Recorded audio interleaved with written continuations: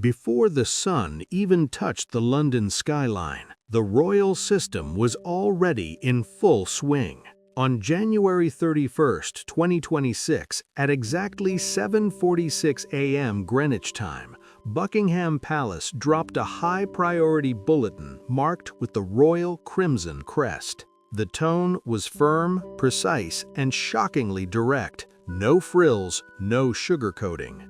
The message made one thing clear: the institution would no longer step in to manage the personal consequences of those who no longer follow its standards or discipline. At the center of this royal announcement was a statement presented not as punishment, but as duty. The well-being of Master Archie and Miss Lilibet Diana was described as a matter of responsibility tied to both the institution's values and national respect. The palace wording focused on strength, safety, and stability, painting a picture of control amid uncertainty. For the first time since the Sussexes stepped away in 2020, the royal institution issued a message that directly named Prince Harry and Meghan Markle. It referenced reports of strain in their relationship, talks of possible separation, and, most notably, the future structure concerning their children. This wasn't about royal showmanship, it was a calculated move. Insiders whispered that this wave of urgency came right after Meghan Markle's January 24th trip to Dubai, which palace sources reportedly viewed as an unexpected and unapproved move that clashed with a private understanding reached in mid-2025. That private understanding, insiders reveal, had laid down clear boundaries around how royal connections could be used overseas, especially when money or publicity was involved. The agreement reportedly placed limits on using royal titles, imagery, or even subtle references to the line of succession in any commercial setting abroad. But palace officials now insist those boundaries were crossed. In their words, the understanding was voided through private gain. Just days later, international media outlets splashed photos of Meghan attending a women's empowerment event at the Burj Al Arab, draped in elegant jewels once gifted to the crown. Attendees claimed she was introduced as the mother of the next generation of royal changemakers, a description that immediately set off warning bells inside palace legal teams. Prince Harry, notably, was nowhere to be seen at the event. Even more troubling to palace advisors, neither Archie nor Lilibet were with her. Sources say the children had stayed in Los Angeles under temporary care arrangements, following reports that two longtime staff members had been let go after what's described as a financial misunderstanding. Using royal branding overseas without official security coordination, without the children, and without Harry's presence isn't seen as empowerment, it's seen as exposure. Within hours of that Dubai footage flooding social media, Princess Anne and the Duchess of Edinburgh reportedly made their way to Sandringham for a private closed-door meeting with King Charles. According to a senior courtier, the setting was tense but methodical, strictly business, no emotion. Princess Anne, often seen as the monarchy's no-nonsense guardian of tradition, came prepared with a detailed report that insiders say outlined months of growing concern. The document reportedly highlighted what were described as ongoing branding conflicts, stretching over 6 months. These alleged concerns included promotional materials using the Duchess of Sussex title in commercial ventures, early sponsorship discussions with a Gulf-based luxury group that mentioned Lilibet Diana as a symbol of multi-generational Windsor continuity, and even travel paperwork listing Meghan as HRH Duchess Meghan Markle Windsor. Palace officials reportedly viewed this not as a one-off issue, but as part of a continued pattern that needed immediate attention. The situation escalated fast. Within hours, a 3-part internal directive was drafted and sent for urgent legal review. The second part of the directive called for something bold: the official cancellation of the 2021 title usage agreement, which meant that any overseas commercial use of the Sussex titles would no longer be recognized in an official capacity. The third step went even further, proposing the creation of a special custodial oversight council made up of senior royals and child development experts. Their task? To evaluate long-term stability, education plans, and consistent living arrangements for the young royals. But the concerns stretched well beyond branding issues. A former royal nanny who once served under Queen Elizabeth II reportedly voiced concern about how Archie was adapting to constant moves and intense public attention. Her observations mentioned several short stays between Montecito, Vancouver, and Malibu since 2022, described as unsettled rather than stable. As for Lilibet, now 4, insiders claimed she was overheard at a playgroup introducing herself as Princess of America. That sweet but surprising phrase caught attention within palace circles, as it mirrored language from a social media post previously shared by Meghan, later deleted after online debate. Insiders stressed that the real issue wasn't the child's innocent words, it was the environment shaping how those words came to be. Someone close to Lady Louise Windsor didn't mince words about the situation. The real issue isn't the strain in the marriage, it's that the children might not have a clear sense of home, the insider said. That concern grew rapidly as the spotlight shifted towards Prince Harry's current situation. Any hopes that Harry would step in firmly seemed to fade fast. Palace sources confirmed that King Charles had tried to reach out to his son privately 3 times in just 2 weeks without any direct reply. Instead, reports placed Harry moving between homes in California and Nevada, appearing increasingly distant from royal discussions. Photos dated January 28 showed him alone in Las Vegas, attending a private security summit organized by a former Invictus supporter. When asked about Meghan or the children, he reportedly declined to comment, keeping his focus strictly on the event. Behind closed doors, King Charles was said to have described his youngest son as emotionally out of reach. Prince William, according to multiple briefings, warned that if this distance continued, there could be official consequences affecting inheritance rights and formal standing. The mood inside the palace reportedly turned cold and procedural, signaling that patience was wearing thin. In response, senior advisors began shaping what insiders are calling the Lilibet Protocol, a royal framework designed to protect young heirs caught between royal duty and the modern world of global publicity. Early drafts reportedly stressed giving UK-based custodial preference for royal children under 16, mandatory safety reviews for any international events involving minors,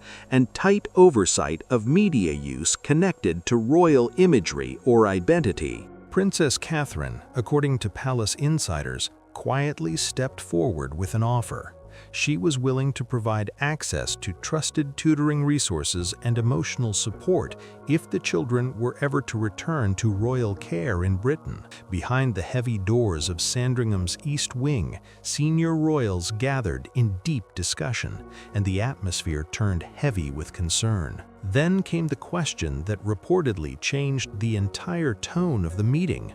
Prince William asked, "Where are Archie and Lilibet tonight?" The silence that followed, aides say, spoke louder than any official report. Internal reviews suggested that the children's daily routines had become scattered, tutors rotating too often, caregivers shifting regularly, and no clear educational plan confirmed across regions. Reports from the royal estates described growing unease about the reliance on short-term caretakers while both parents traveled for work commitments. A former court advisor summed it up bluntly: These children have heritage, but they don't seem to have consistency. That statement reportedly echoed through the palace halls. When Meghan traveled to Dubai under the banner of charitable diplomacy, investigators later verified that neither child had accompanied her. One internal assessment reportedly stated it plainly: the trip served professional goals, not family or educational priorities. Royal consultants specializing in child development also raised quiet concerns.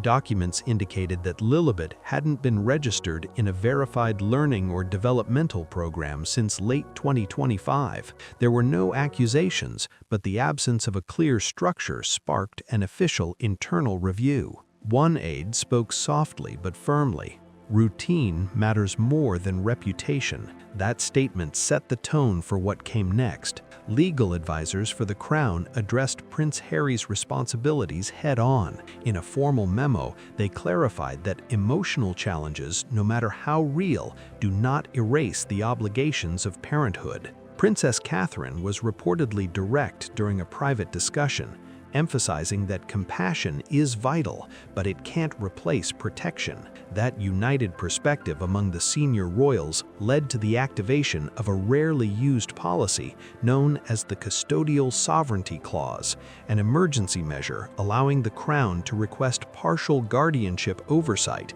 if royal children are believed to be living under ongoing instability. This clause hadn't been invoked since 1936, when Queen Mary temporarily stepped in during a previous period of family upheaval. Its reactivation marked a historic and delicate step. According to insiders, a formal petition has now been filed with the High Court of Justice in London, requesting structured contact schedules, educational monitoring, and residential stability plans for Archie and Lilibet. If the court approves it, the Crown would gain limited custodial authority aimed solely at ensuring the children's well-being and stability, no matter where they are living.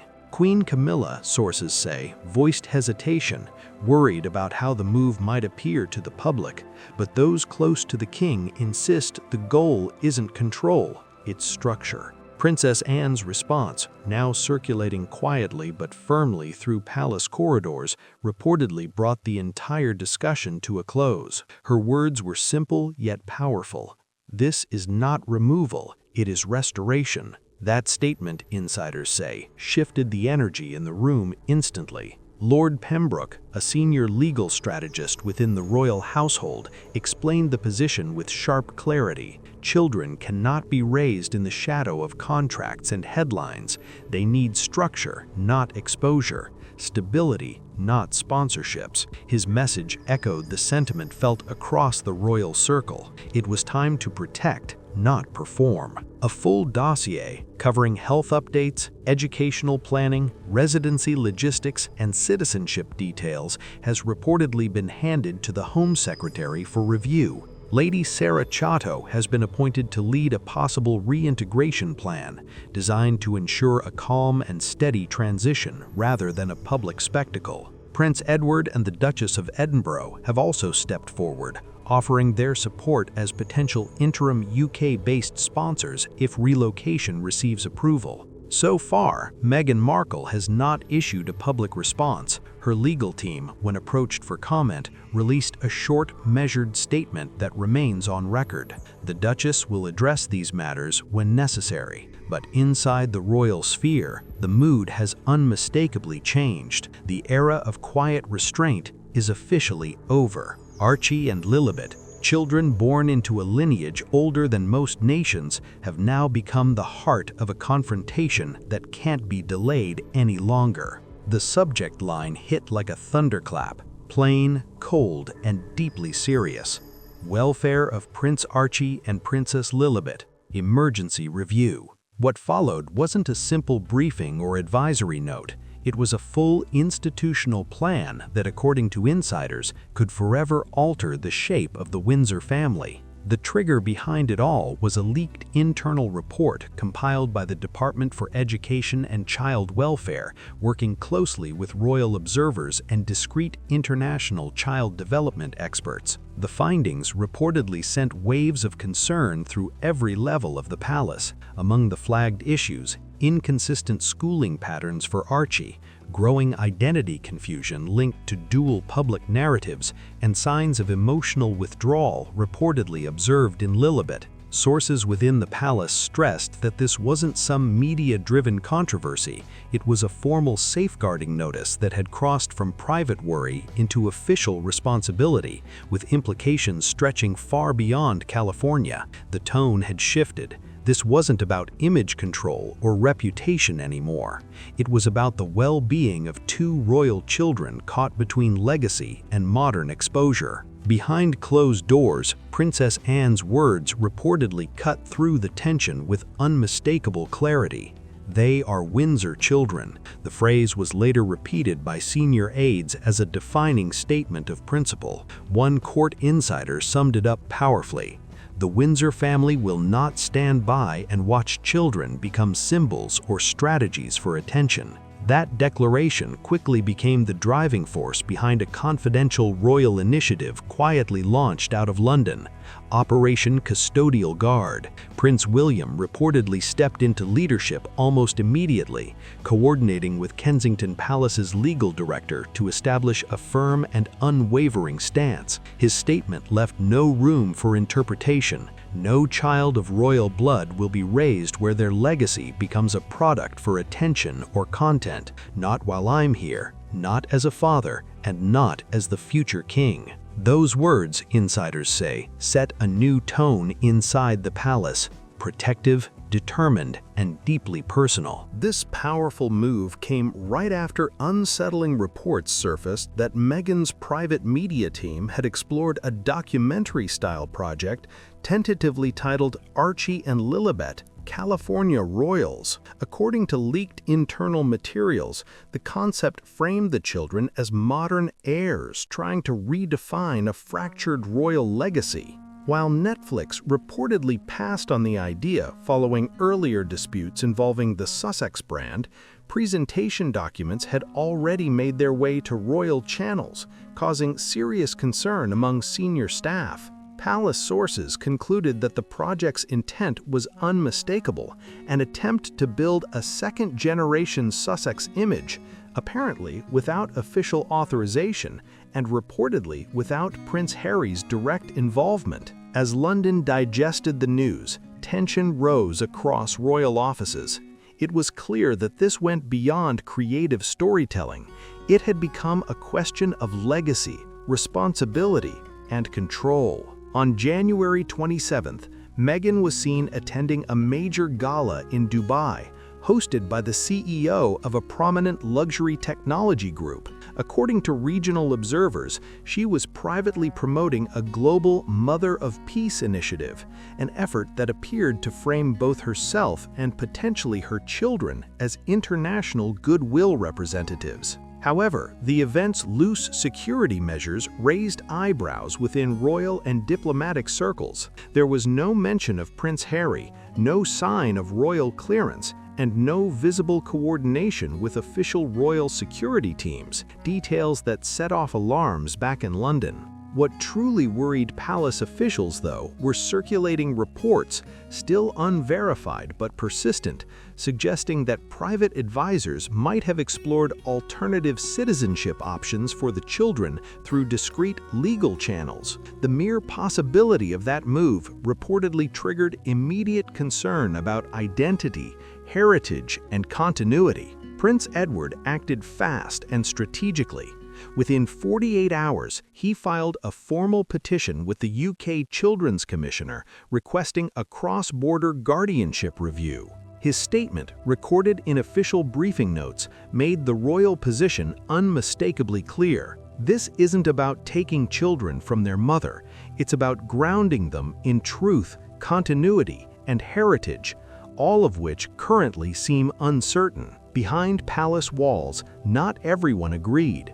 Queen Camilla, according to insiders, reportedly brushed off the urgency with a sharp remark, hinting that the reaction was emotionally charged rather than practical, but her tone only deepened the growing divide inside the royal circle. King Charles made his stance unmistakably clear the very next day during a planned visit to the royal archives. Speaking in his calm but commanding tone, he said, "When one parent lives by principle and another by platform, children become hostages of identity." The remark carried weight far beyond the room. It was a declaration of intent. Within palace and government circles, the message hit hard. The crown would no longer allow a child's royal identity to be treated as a tool or symbol for influence. Critics outside the palace dismissed it as outdated idealism, but inside royal governance, it was seen as a firm boundary drawn in gold. Almost immediately, the Succession Clarity Protocol was activated under the supervision of Lord Pembroke. This protocol launched a comprehensive review of DNA records, naming registrations, and official title designations, all to ensure precision and transparency. The scope extended further, examining public storytelling around the children's births, their naming choices, and how their images had been used in media over time. A full forensic audit of commercial materials featuring the children was quietly set in motion.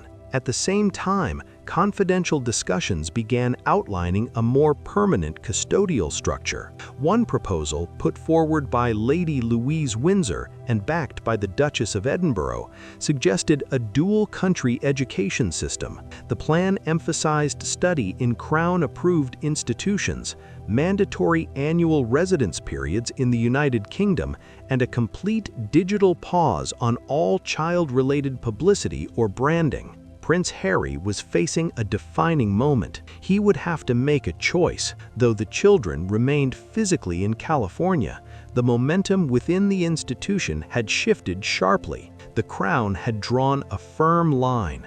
The royal children would not be folded into commercial ventures or public image campaigns. Among senior aides, a new phrase began circulating quietly but persistently. The children must be freed, not from their parents, but from the instability surrounding them. That sentiment became the guiding force behind the next wave of decisions. By February 2, 2026, at Sandringham, the atmosphere had grown tense and urgent. While Meghan was reportedly seen socializing within Dubai's elite circles amid talk of a possible lifestyle brand revival, pressure inside Windsor reached a breaking point. What began as quiet concern escalated into confrontation when new intelligence arrived on Princess Anne's desk. The information reportedly included verified event footage and financial documentation suggesting Meghan had hosted a private reception at Dubai's Royal Alma Resort,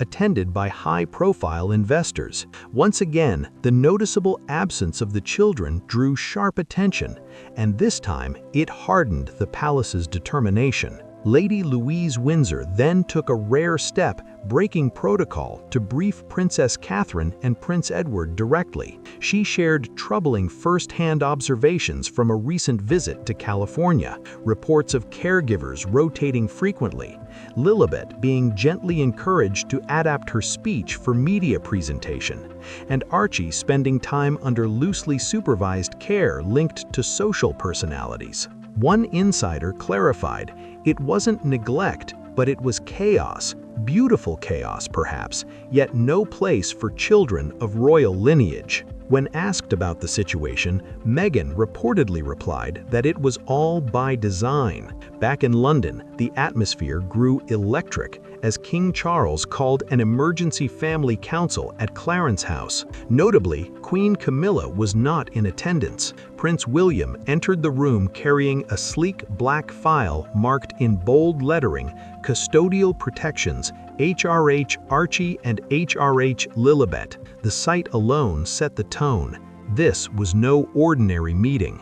The Duchess of Edinburgh, Sophie, was the next to speak. Her tone was calm but firm. "This isn't parenting, its branding. The words hung heavy in the silence that followed. Every eye turned toward the king. After hours of intense discussion, Charles finally broke the stillness. His words, insiders say, sent shockwaves through the room. If the mother has chosen Dubai and the father has chosen silence, then the crown must choose guardianship. Within hours, Lord Pembroke had filed a sealed inquiry invoking the Legacy Protection Clause, a legal safeguard that hadn't been used since the abdication crisis of 1936. The move signaled the monarchy's intent to act decisively in protecting its youngest members. As legal channels mobilized, palace officials discreetly reached out to Meghan's private security team in Dubai for clarity. One bodyguard, reportedly speaking under limited immunity, provided a crucial piece of evidence, an audio recording said to capture Meghan dismissing the ongoing royal concerns and making a pointed comment about handling public criticism. The existence of that recording, still under legal review, only intensified the storm already swirling around both London and Dubai. Inside the palace, a quiet realization took hold. This was no longer just a family matter. It had become a full-blown royal reckoning. That recording reportedly changed everything. The atmosphere inside the palace turned tense, so tense that even Prince William, normally the calmest in any crisis, lost his composure for the first time in years. He ordered an immediate freeze on all duchy-related financial transfers tied to Meghan's trusts, declaring she's not just being defiant, she's destabilizing the foundation. His words hit with force, setting off a chain reaction across departments. At Kensington Palace, Princess Catherine began carefully reviewing archived documents concerning Lilibet's birth records. Long-standing questions resurfaced, and this time they were escalated directly to the Ministry of Home Affairs for independent clarification. As the tabloids exploded with speculation, one image broke through the frenzy. A simple, touching photograph of Lady Louise Windsor walking hand in hand with Lilibet through the Windsor Gardens. The little girl wore a small blue coat that had once belonged to Princess Charlotte years earlier, a quiet but striking symbol of unity and royal continuity. Behind the scenes, a senior palace source later confirmed that contingency plans were already being shaped to assign interim co-guardianship to Lady Louise and the Duke and Duchess of Edinburgh if the situation continued to deteriorate. And indeed, it did. In Montecito, Prince Harry was finally confronted with the full scale of what was unfolding. Palace channels made it clear. One choice remained: stand by Meghan or stand for the children. For the first time in years, the silence between the brothers cracked. Harry personally requested a direct conversation with William, not through aides, not through lawyers, but man to man. But by that point, the damage was already done. At 6:30 p.m. on January 27, 2026, Windsor Castle hosted a second emergency meeting, one unlike any before. This wasn't about Meghan's Dubai controversy or Harry's strained public image anymore. The agenda had narrowed to just two names, written in ink, not headlines: Archie and Lilibet, their future, their protection, and the royal legacy they never asked to inherit. The room was somber, quieter than anyone had anticipated. Only 5 figures took their seats around the round mahogany table: King Charles III, Princess Anne, Prince William, Princess Catherine, and the Lord Chamberlain. In front of them sat a single sealed dossier marked Custodial Options, S2026. No one moved to open it right away. The weight of what it represented hung heavy in the air. This was no longer about image or narrative. It was about decisions that couldn't be undone. It was Princess Anne who finally broke the silence. Her tone was composed but decisive, stripped of emotion. We must plan for the next 50 years, not the next 5 headlines. Then came the sentence that, according to insiders, settled the room completely. The Sussex experiment has failed. The children deserve identities beyond scandal. No one objected. The truth of it was undeniable. What followed became known quietly in palace circles as the Anne Doctrine, a framework that was practical, protective, and resolute. The plan proposed that Archie and Lilibet be offered private legal guardianship under a royal trust, granting them secure education, stable guardianship, and full safety measures. Under the new framework, Meghan Markle would be formally and symbolically removed from all royal decision-making tied to the children's upbringing. There would be no joint branding, no media collaborations, and no emotional storytelling connected to Princess Diana's legacy. The intent was simple: remove performance, restore protection. Prince Harry's role, however, would remain conditional, subject to thorough wellness evaluations and legal assessments to ensure he could safely and responsibly participate in the children's long-term care. Once any future separation proceedings were finalized, the Crown planned to invoke international family protection agreements, including the 1996 Hague Convention on Parental Responsibility, ensuring the children's welfare would be safeguarded across borders. Anne's reasoning left no space for misinterpretation. She stated clearly, "We are not protecting Harry. We are not protecting Meghan.